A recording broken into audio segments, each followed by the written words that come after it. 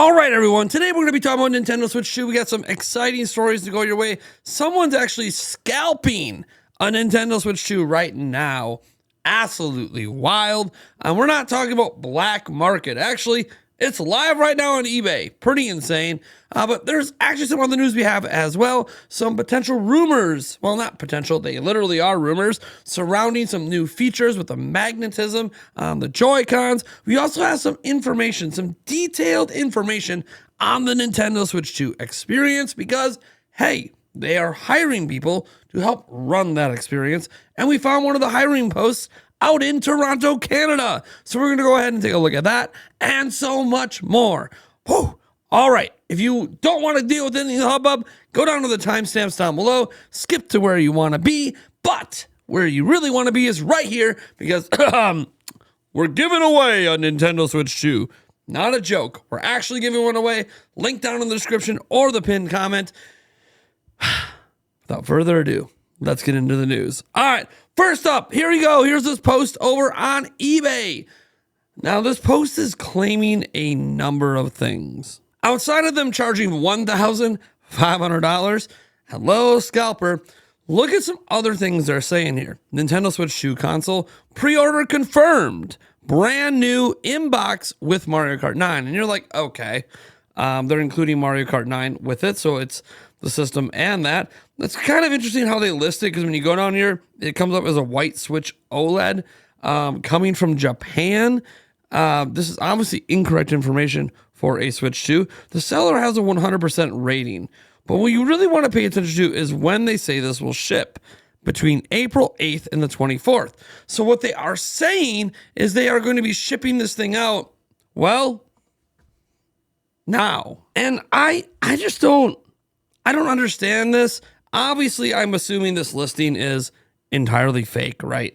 There's no way this person has a Nintendo Switch 2 right now, let alone being able to sell a pre-order. I just firmly don't believe it. But it is interesting to think that maybe Switch 2 comes out in April. Maybe it comes in Mario Kart 9. Again, this is something I'm not putting in the believability bin, but it is something floating out there. You know what else is floating out there? Nintendo officially mentioning Switch 2 on the Nintendo Switch eShop. Look at this. So it's just with the game vouchers where it says excluding games exclusive to the Nintendo Switch 2 system. Now, this isn't a new update, but it's still interesting that Nintendo is going out of their way to make sure people understand if you buy vouchers right now, they don't apply to Switch 2. But this is where we get to the interesting story about people being hired for the Nintendo Switch 2 experience out in Toronto, Ontario, Canada. So let's go ahead and head on over to that post. It's over on LinkedIn. And this is real. This is an actual post. I checked it out, logged in. You can actually apply for this. So Inventa is looking for game promoters. So Inventa is a leader in design, creation, execution of innovative brands experiences from large-scale events and national experience tours to grassroots local executions. Now in our 29th year, we are at the forefront of the experimental marketing and event space. So here's what they got going on. Are you an avid gamer? Do you keep up to date with what's new and exciting in the gaming world?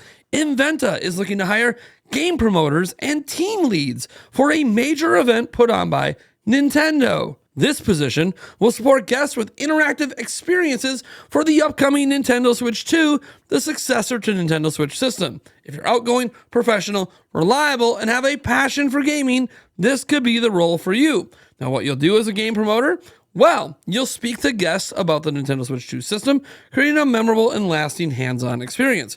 You're going to demonstrate the new games console and featured games to a wide range of consumers. That's right. You're going to be playing multiple games at this event. So that's confirmed here.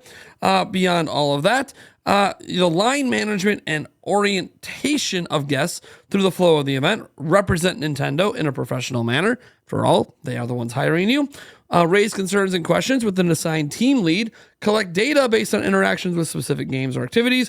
Collect comments and feedback from guests, so they are going to be looking for that, sending this information to the team lead or supervisor in a timely manner, and conduct other tasks and responsibilities as assigned by the team lead. Now, if you are the team lead, because they are hiring for both, you'll be leading a team of game promoters for a specific section of the event. throughout their shifts and managing the overflow in any given section. So you greet guests and oversee line management, keep things running smoothly by managing staff tasks and supporting game promoters, coordinate and adapt by working with the supervisor and accounts team to adjust staffing as needed, stay proactive by collecting reports, solving on-the-spot issues, and assisting with customer concerns, and ability to manage 20 to 25 people in a shift, as well as a large footprint. So, they're asking who you'll be. So, bringing products to life by confidently engaging with a diverse range of consumers, sharing knowledge about the Switch 2 in an easy-to-understand way, which means you will be given knowledge about the Switch 2. Be a team MVP, thrive in a collaborative environment where teamwork fuels success, represent with pride, maintain a polished professional attitude while showcasing Nintendo. Bring the energy, approach consumers of all ages with enthusiasm, excitement, and an outgoing personality that draws them in, and own the moment. Show initiative and adapt quickly to any situation, ensuring a smooth and engaging experience for all. What you'll bring to the table is 1 to 3 years of related customer service experience, ability to travel to downtown Toronto, general interest and knowledge of the current upcoming video games, and other requirements include like being able to lift 30 pounds up a ladder, overtime periods where necessary. You have to have access to a smartphone with minimal data and high-speed internet, and available for the week of April 21st to work at the event, as well as training calls on the 15th and 16th. So, yeah, if you're a game promoter, you'll get $26 an hour. Team lead, you get $31. Those sound good, but those are also in Canadian dollars. Obviously, I don't know much about the Canadian economy, but it's kind of interesting to see that they're hiring for this. Again, the biggest thing for those going is that it's going to be multiple people. I think that is my big takeaway anyways, is multiple people, multiple games, that sort of stuff.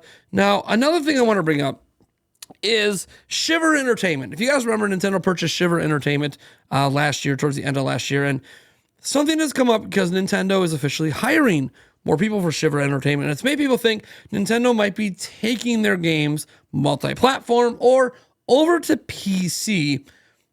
And I don't think that's what's happening, but we got to look at the post to see why people think that. So Shiver is trying to hire a software engineer for console and PC games. This is what's getting people here, right? C++.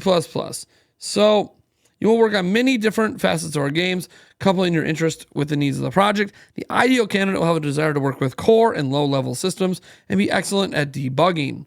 You will have a passion for games and demonstrate the ability to work collaboratively with a tight-knit team to create games that will surprise and delight players. If this sounds like you, we'd love to see your resume. So they require you to have C++ programming experience and debugging skills, optimizing low-level programming and game development, ability to write performant code in a multitude of different areas, passion for games, programming, continuous learning, an excellent work ethic, an eye for quality, good written and spoken English, because that is what they prefer. These are the nice to haves, your GPAs and your degrees and all that. But what makes people confused is when they talk up here, when they talk about, how Shiver is a boutique game developer based in warm and sunny Miami, Florida. Our small team is made up of highly talented individuals who enjoy working together to make great games. We focus on console, Switch, PlayStation, Xbox, and PC development. If you remember, Shiver Entertainment was literally a port studio. I think people are overlooking into this. Shiver Entertainment is still a port studio. And what they're probably going to be doing is porting games from PC, PlayStation, and Xbox over to Nintendo Switch 2.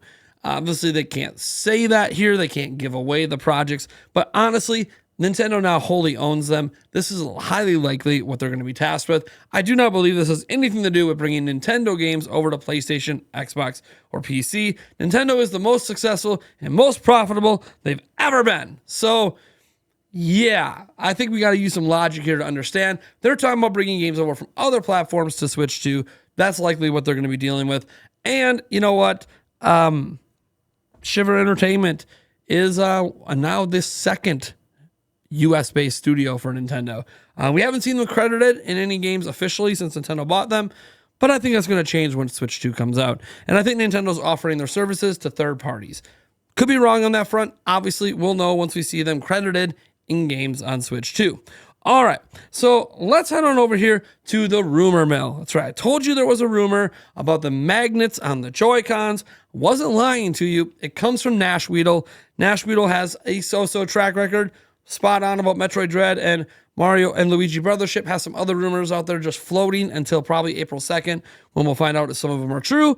And then they have some other stuff they've missed on in the past as well. So, hey, it's a rumor for a reason. You're meant to doubt it. But let's look what they had to say. So we go over here. This is actually an updated post. If we go to the original, this is the original post. It says, pay attention. The magnetism of the Switch 2 Joy-Cons will have more functions than just connecting them to the console. Okay. Actually, there's a comment on here by Mike Odyssey that I like a lot here where it says, obviously, connect the steering wheel for Mario Kart and all the accessories that Nintendo will offer for the console, including the mouse. I mean, yeah, the mouse is kind of built into it, but you get the point here. Like, yeah, obviously, they're going to be using this for accessories, whatever the next, fitness game is, like Ring Fit Adventure, that style game. Yeah, it's going to attach to that stuff. The magnets are going to be used for all sorts of accessories. But there's an update to this, and it comes from here. One feature that a patent includes is, thanks to the use of magnetism, the buttons could have travel. Magnetism drives the button to the initial position so that when you press it, it exerts a small resistance and gives it travel. Will we see they apply it? Now, we know from the patents that the magnets are actually behind the SL and SR buttons, not behind the ABXY. So it's talking about travel with those and how they can actually kind of, sort of, with that resistance, possibly give us the ability to have analog triggers. Now, this is just in the SL and SR. Maybe they put some magnets in the analog ZL, ZR button as well, or in the previously usually digital. That could help as well. We haven't seen anything in the patents to suggest there are magnets backed by the ZL, ZR, but at least it is something that Nintendo has explored, the possibility of using magnets to create a sort of function like that. That would be very welcome for a lot of gamers, especially those that love racing games, because it's really big in racing games, but it can be effective in other games as well. I don't think this is similar to like the resistance we're talking about with like DualSense controllers. There's actually physical resistance. So anyways, it's just an idea being thrown out there. As for the general use of the magnets, look, they're going to be used for a lot of things. It's how the controller's attached to literally anything. So anything the controller attaches to will be using magnets. So I don't know. You guys let me know what you think about this down in the comments below. Do you have any crazy magnet ideas out there? I know I saw one. Someone mentioned like, well, maybe the magnets could be used for wireless charging of the Joy-Cons. Maybe. I don't think so. I don't think they have the coils and all the setup to do that properly, but I'm not a magnet expert over here, right? I'm not going to sit here and pretend that I am. Based on what I understand, I don't think that's possible, but who the hell knows? Maybe you got some crazy ideas as well. I want to thank all you guys for tuning in. I am Nathaniel Rumblejans from Nintendo Prime, and as always, I'll catch each and every one of you guys in the very next video.